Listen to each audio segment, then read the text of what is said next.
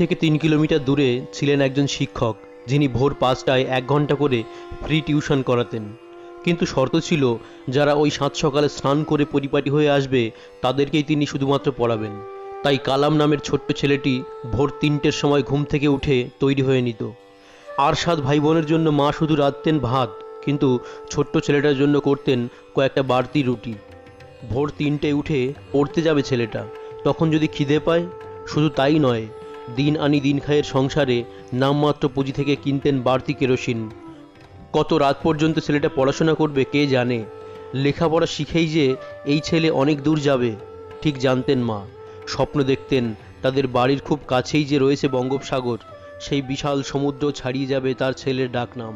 মায়ের সেই স্বপ্ন সত্যি করেছিলেন আব্দুল। তবে রাস্তাটা নেহাত সহজ ছিল না। 1931 সালের 15ই অক্টোবর তামিলনাড়ুর রামেশ্বরমে এক অতি দরিদ্র মুসলিম পরিবারে জন্মগ্রহণ করেন আব্দুল পকির জয়নুল আবেদিন আব্দুল কালাম। বাবা জয়নুল আবেদিন ছিলেন একজন সাধারণ মৎস্যজীবী। স্কুলে পড়ার সময় থেকেই রোজগারের তাগিদে খবরের কাগজ বিক্রি করতেন কালাম, আর বিক্রি করতে করতেই পড়া হয়ে যেত সমস্ত খবর। তাদের ছোট্ট একটা নৌকা ছিল, সেটাতে করে পুণ্যার্থীদের রামেশ্বরমের মন্দির দর্শন করাতেন। যতক্ষণ পুণ্যার্থীরা মন্দির দর্শন করে ফিরে আসে ততক্ষণ পড়ে নিতেন খানিকটা ক্লাসের বই। স্কুল পাশ করে কলেজে যাওয়ার জন্য একটা বৃত্তি পান। ভর্তি হন তিরুচিরাপল্লীর সেন্ট জোসেফ কলেজ। 1954 সালে সেখান থেকেই পদার্থবিদ্যায় স্নাতক। তারপর ফের স্কলারশিপ নিয়ে চেন্নাইয়ে। কালামের দিদি তার সমস্ত গয়না বন্ধক রেখে 1000 টাকা দেন তাকে পড়াশোনার জন্য। পড়তে শুরু করেন এয়ারোস্পেস ইঞ্জিনিয়ারিং। পড়া শেষে 2 জায়গা থেকে ইন্টারভিউয়ের জন্য ডাক আসে তার, একটা ডিআরডিও, অন্যটা এয়ারফোর্স থেকে। ছোটবেলা থেকেই দেশের জন্য কিছু করার অদম্য ইচ্ছা ছিল কালামের। তাই স্বপ্ন দেখতেন ভারতীয় বায়ুসেনার বিমান চালক হয়ে দেশের সেবায় আত্মনিয়োগ করবেন। তাই এক বাক্যে রাজি হলেন এয়ারফোর্সের ইন্টারভিউয়ের জন্য। ইন্টারভিউ হলো দেরাদুনে। মোট 25 জনকে ডাকা হয়েছিল ইন্টারভিউতে, এবং 8 জনকে বায়ুসেনায় যোগ দেওয়ার জন্য নির্বাচিত করা হয়েছিল। কালাম হয়েছিল নবম। সে যাত্রায় তাই আর যুদ্ধ বিমান চালক হয়ে ওঠা হলো না কালামের, বিমান চালকও হয়ে ওঠা হলো না। হাতে ছিল সেকেন্ড অপশন ডিআরডিও। জয়েন করলেন সেখানেই। যোগ দিলেন ডক্টর বিক্রম সারাভাইয়ের টিমে। ট্রেনিংয়ের জন্য একবারই শুধু গিয়েছিলেন বিদেশে, 1963 সালে মার্কিন মহাকাশ গবেষণা কেন্দ্র নাসায়। কালামের প্রতিভায় অভিভূত হন নাসার বিজ্ঞানীরা। আমেরিকার তরফ থেকে কালামকে বলা হয়, আপনি ভারতে ফিরে না গিয়ে নাসাতেই যোগ দিন, ভারতের 5 গুণ বেতন সহ আমেরিকার সিটিজেনশিপ দেওয়া হবে।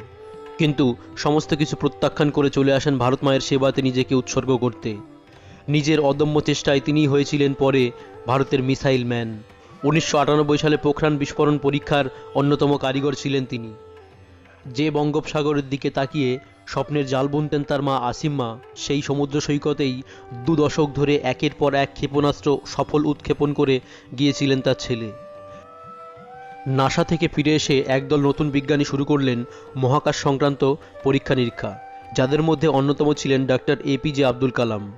শুরুতে কোনো বাজেট ছিল না সরকারের তরফ থেকে। নিকটস্থ সেন্ট মেরি চার্চেই চেয়ার টেবিল লাগিয়ে তারা শুরু করেন গবেষণার কাজ। নিকটস্থ গোশালাতে তৈরি করলেন ল্যাবরেটরি। চার্চের বিশপের বাড়িতে তৈরি হলো ওয়ার্কশপ। নিকটবর্তী সমুদ্র তটে তারা বানালেন রকেট লঞ্চ প্যাড। উৎক্ষেপণ করার জন্য রকেট এবং স্যাটেলাইটকে লঞ্চ প্যাডে নিয়ে যাওয়ার জন্য একটা গাড়ি পর্যন্ত ছিল না। তাই রকেট এবং স্যাটেলাইটকে পার্ট পার্ট করে সাইকেল এবং গরুর গাড়িতে করে নিয়ে যেতেন আব্দুল কালামের মতো নাসা ফেরত বিজ্ঞানীরা। সত্যি অদ্ভুত ছিল কালামের দেশভক্তি। তার মতো মহান ব্যক্তির দেশের নাগরিক হিসাবে আমরা গর্বিত।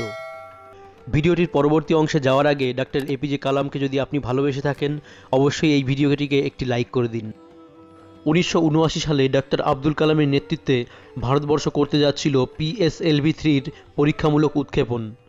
PSLV অর্থাৎ পোলার স্যাটেলাইট লঞ্চ ভেহিকল, যার সাহায্যে স্যাটেলাইট বা কৃত্রিম উপগ্রহকে মহাকাশে পাঠানো হয়। গোটা দেশ তাকিয়েছিল সেই উৎক্ষেপণের দিকে, কিন্তু উৎক্ষেপণের কয়েক মুহূর্ত পরেই সেটা ধ্বংস হয়, সম্পূর্ণ মিশন ফেল হয়। সারা দেশ থেকে চাপ আসতে শুরু করে কালামের উপর, কারণ তিনি ছিলেন ওই প্রজেক্টের প্রজেক্ট ডিরেক্টর এবং মিশন ডিরেক্টর। মিডিয়া প্রশ্নবাণ নিক্ষেপ করতে থাকে, এই সমস্ত পরীক্ষা নিরীক্ষা করে দেশের এতগুলো টাকা ধ্বংস করার অধিকার আপনাকে কে দিয়েছে? কালাম খুবই ঘাবড়ে যান। তখন ইসরোর চেয়ারম্যান প্রফেসর সতীশ ধাওয়ান কালামের পক্ষ নিয়ে মিডিয়াকে জবাব দেন, একবার ফেল হয়েছে তাতে কি হয়েছে, আমার পুরো ভরসা আছে আব্দুল কালামের টিমের উপর। আমার বিশ্বাস তারা 1 বছরের মধ্যে PSLV-3 আবার পুনরায় সফল উৎক্ষেপণ করবে। স্বস্তি পেলেন কালাম, আর তার টিম পেল দ্বিগুণ মনোবল। কালাম তার টিমকে নিয়ে তারপর টানা 1 বছর দিনরাত কাজ করে 1980 সালে সফলভাবে উৎক্ষেপণ করলেন PSLV-3। গোটা দেশ বাহবা জানাতে লাগলো আব্দুল কালামকে। এবার প্রফেসর ধাওয়ান কালামকে বললেন, এবার তুমি সফল, যাও মিডিয়াকে ফেস করো। অবাক হলেন কালাম, বললেন, এটাই হলো একজন লিডারের প্রকৃত গুণ। যখন টিম ব্যর্থ হলো সমস্ত দায়ভার নিজের উপর নিলেন, আবার যখন টিম সফল হলো ক্রেডিটটাও পুরো টিমকেই দিলেন। আর তাতেই এই দুজনের গুণে প্রভাবিত হলেন প্রধানমন্ত্রী ইন্দিরা গান্ধী। সফলতায় খুশি হয়ে প্রধানমন্ত্রী ইন্দিরা গান্ধী প্রফেসর ধাওয়ানকে বলেন, ডেকে পাঠান বিজ্ঞানী আব্দুল কালামকে, আমি তার সঙ্গে কথা বলতে চাই। প্রফেসর ধাওয়ান ফোন করলেন কালামকে, বললেন, প্রাইম মিনিস্টার তোমার সঙ্গে দেখা করতে চায়।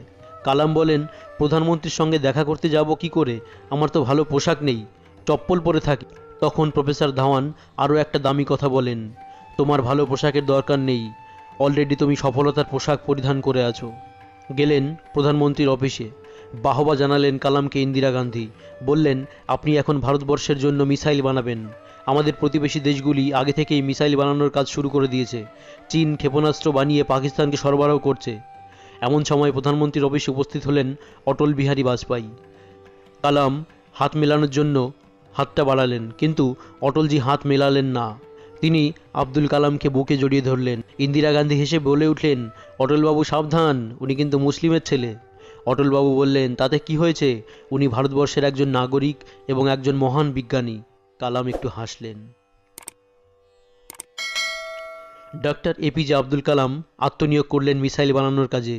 তারপর একে একে বানালেন অগ্নি, পৃথিবী, ত্রিশূল, নাগ ইত্যাদি খতরনাক মিসাইল, যার দ্বারা ইউরোপ, আমেরিকা সহ পৃথিবীর যে কোনো প্রান্তে আক্রমণ করা সম্ভব। আর আব্দুল কালামের দৌলতে ভারতবর্ষ শক্তিশালী মিসাইলের নিরিখে পৌঁছে যায় পৃথিবীর 6ষ্ঠ স্থানে। 2014 সালে ভারতবর্ষ থেকে কম খরচে মহাকাশ অভিযান করে মঙ্গল গ্রহে পৌঁছে গেছে, প্রতি কিমি মাত্র 10 টাকা খরচে। আর মঙ্গল গ্রহ অভিযানে যে খরচ হয়েছিল তার খরচ হলিউডের একটি সিনেমার বাজেটের থেকেও কম। তাই তো পৃথিবীর উন্নত দেশগুলো যেমন America, Russia, Netherland, Israel, UAE এর মতো দেশগুলো ভারতের PSLVর সাহায্যে তাদের স্যাটেলাইট মহাকাশে স্থাপন করেছে। 2017 সালে একটা রকেটের সাহায্যেই একসাথে বিভিন্ন দেশের 104টি স্যাটেলাইট মহাকাশে স্থাপন করে ভারতবর্ষ রেকর্ড গড়ে। মহাকাশ গবেষণায় পৃথিবীর উন্নত দেশগুলোকে সমান আব্দুল কালামের দৌলতে। রাষ্ট্রপতি হওয়ার আগে ছিলেন DRDO ও ইসরোতে। মহাকাশ ও পরমাণু গবেষণায় তার অবদানের জন্য পদ্মভূষণ, পদ্মবিভূষণ ও ভারতরত্নে সম্মানিত করা হয়েছিল আব্দুল কালামকে।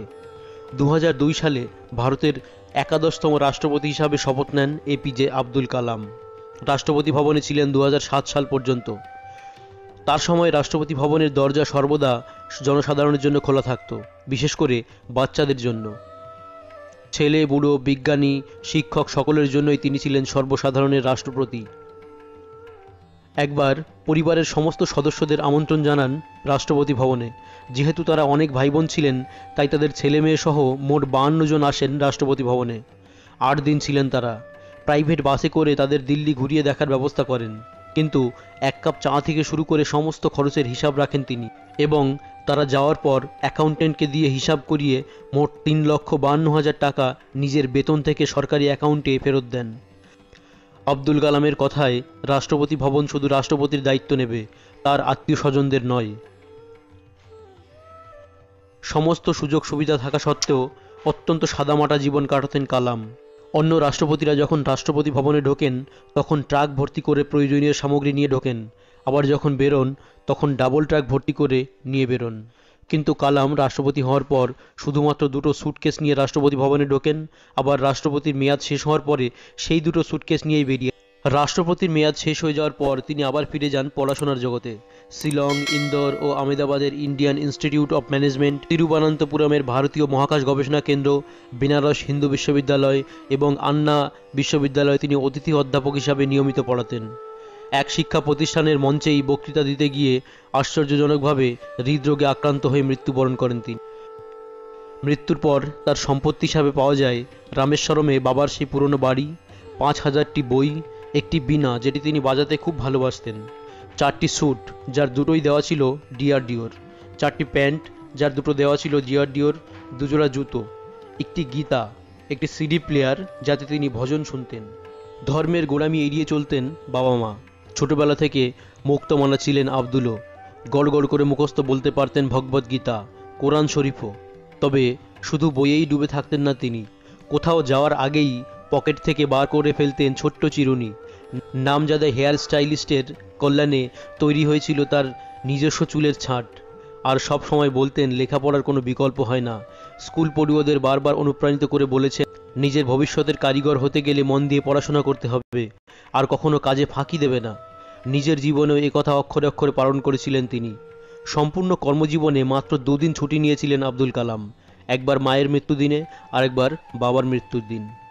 বলে গিয়েছিলেন, আমার মৃত্যুতে ছুটি ঘোষণা করো না, আমায় যদি তোমরা ভালোবেসে থাকো মন দিয়ে কাজ করো সেদিন।